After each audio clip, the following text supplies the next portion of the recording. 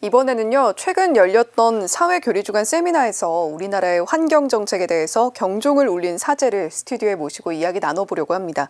서강대 교수로 생태환경 운동에 앞장서온 예수회 조현철 신부님인데요. 올 한 해를 마무리하는 시점에서 정부의 올 한 해 동안의 환경 정책에 대한 전반적인 평가 들어보려고 합니다. 신부님 어서 오세요. 예, 안녕하세요.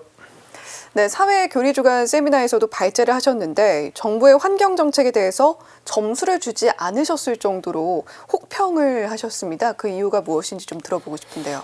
예, 전체적으로 봐서 환경 정책은 기본적으로 환경 보호를 위한 규제를 강화하는 쪽으로 나아가야 되는데 지금 이 정부에서는 규제를 완화하거나 철폐하려고 하거든요.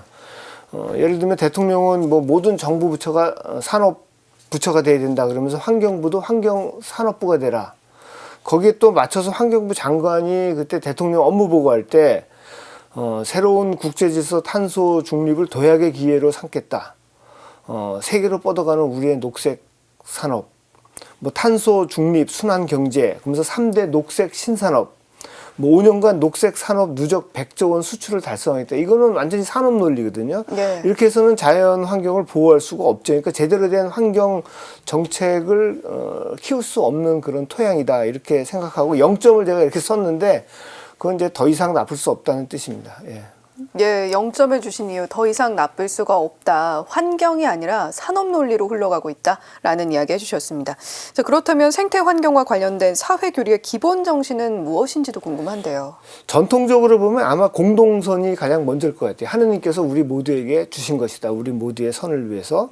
그렇기 때문에 우리는 그 태도는 감사와 존중 뭐 이런 게 돼야 되겠죠. 그리고 조금 더 한 발 더 나아간다고 하면 이제 찬미 받으소서 그 회칙을 보면 거기에 보편적 친교라는 게 있습니다. 그러니까 단지 우리를 위해서 주어진 어떤 수단이 아니고 우리와 함께 가야 할 하느님의 모든 피조물들, 인간을 포함해서 그런 창조 공동체라고 하는 그런 생각, 그게 아마 좀 더 진전된 그런 생각이 아닐까 생각합니다.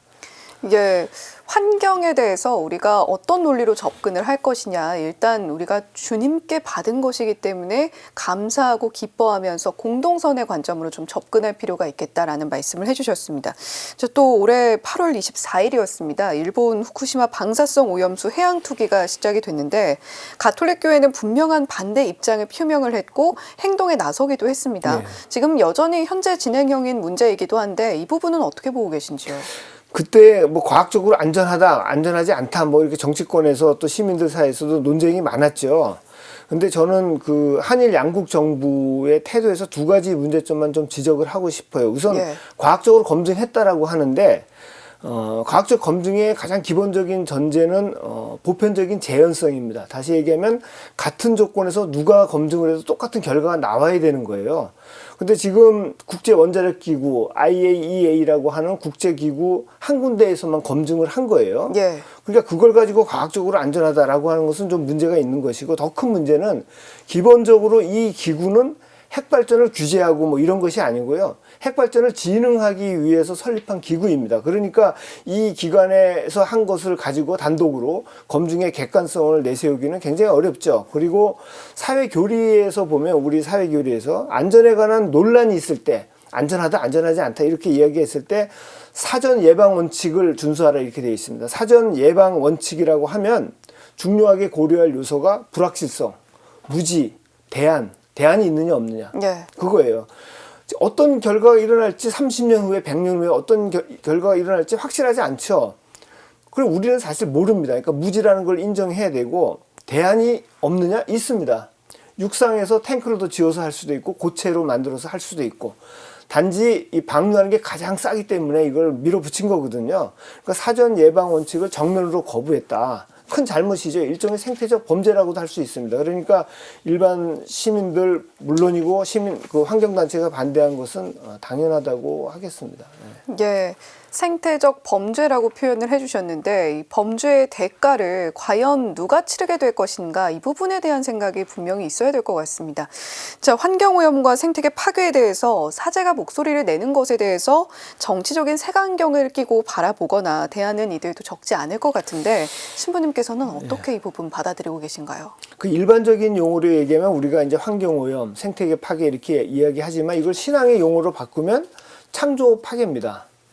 훼손이고. 그러니까 하느님이 보심이 좋았다라고 하신 그 창조 세계, 피조 세계를 망가뜨리는 거거든요. 그러니까 하느님의 뜻을 거부하는 거죠.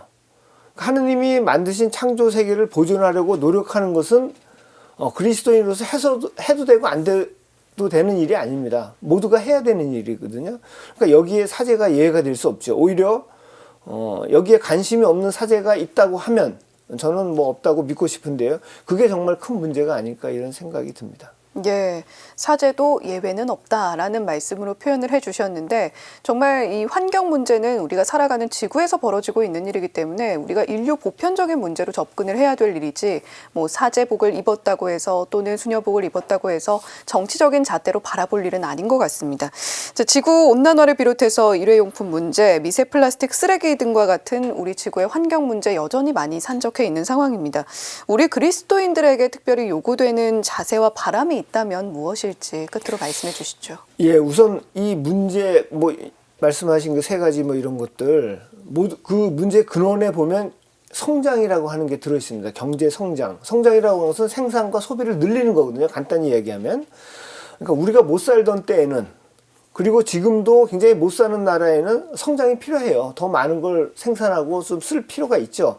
그런 경우에 성장하면 삶의 질이 향상합니다. 그런데 일정 정도 성장을 하고 나면요.